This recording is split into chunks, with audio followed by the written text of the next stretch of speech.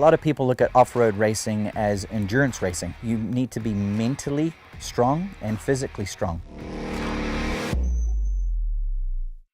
You're physically dealing with heat, exhaustion, dehydration, and just the length of time that you're behind the wheel.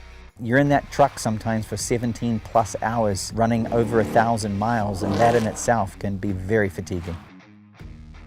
The real endurance starts at the shop, weeks, months before the event even takes place or the green flag drops.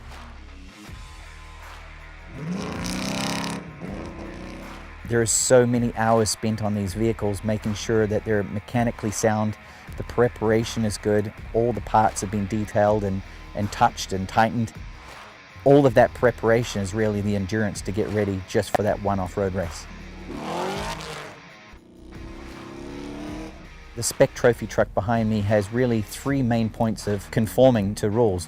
You have a tire that can be no greater than 37 inches in diameter.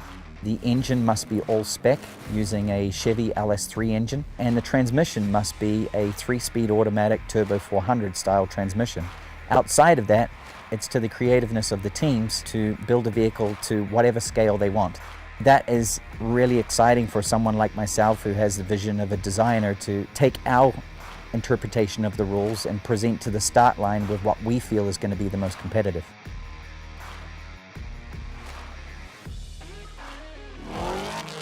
Off-road racing tests the ability to break any product that is in this environment. It really comes down to that first point of contact, which is the tire force on the ground. You have to have a tire that is compliant, but is still tough enough to hold up to these conditions. The uniqueness of this tire is that it is some 25 to 30 pounds lighter than most tires that we are competing against. Putting it into its pure performance basis on dirt is it's a chevron design. It's not a square cut block design. That gives you really, really good braking ability and traction, and also really good acceleration traction. I've had a partnership with Hankook now for some 8 years. We've now competed events in the US and in Mexico, logging over 3,000 to 4,000 miles without a single flat on a DOT street legal design tire.